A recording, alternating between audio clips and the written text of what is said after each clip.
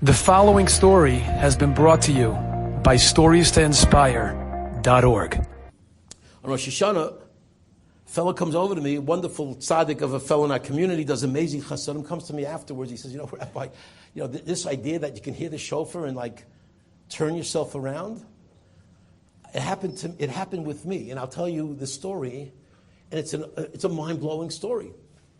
And this fellow used to go, every Rosh Hashanah afternoon, he would go to the old age homes with Jews who couldn't go to shul.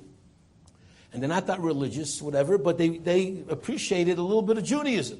So he would go, and we have a bunch of, in this community, we have the Royal Bellingham, we have this one on the corner, and Laurel and Chandler. We have a bunch of different old age homes. And he would go and blow the shofar, and the people would love it. And they would gather in the middle of the area they're gathering, and he would blow the shofar for them. They would appreciate it so much. He noticed that there was one fellow who used to be, around, but now he wasn't there. And they said, "Where is?" And he said, "Where is he? Maybe I can blow the shofar. He's in his room." But Rabbi, don't bother. They called him Rabbi. Don't bother. What do you mean, don't bother? He said, he has nothing to do with Judaism. He doesn't care about Judaism. So don't even go in there. He's in that room, but don't bother. But this fellow, of course, is not going to not bother. So he decides to knock on the door. He knocks on the door, opens the door, and there's a very sickly-looking person. He's already older, and he's looked really bad. He says, "Do you mind if I blow the shofar? Do you mind if I come and blow the shofar for you?" Blow the shofar for me? Rabbi, I have not been religious ever since the war. I have nothing to do with God, nothing to do with religion. I have nothing to do with anything. So you want to blow the shofar for me? It's the ultimate exercise in futility. What are you doing?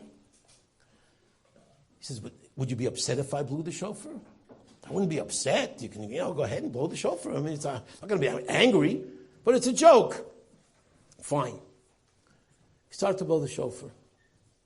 This story happened in the last 10 years. It's not a story from the 18th century. He blows the shofar, and as he blows the tekiah, and as he blows the shvarim, all of a sudden, this person, his whole essence was transformed. And he started crying like a baby. Tears were rolling down his eyes. And he couldn't stop crying. And after he finished, he blew the shvarim, the trua, tekiah, and then he says he grabbed him by the arm. And he was still crying. And he says, "Could you say Shema Yisrael with me? Could you say Shema Yisrael with me?" Rabbi Say, what happened here? What happened?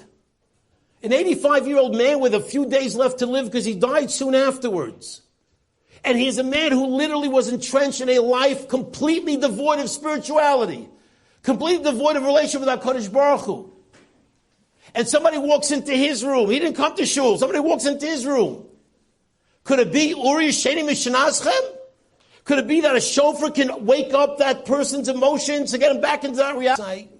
Very often, it's somebody else who provides that spark.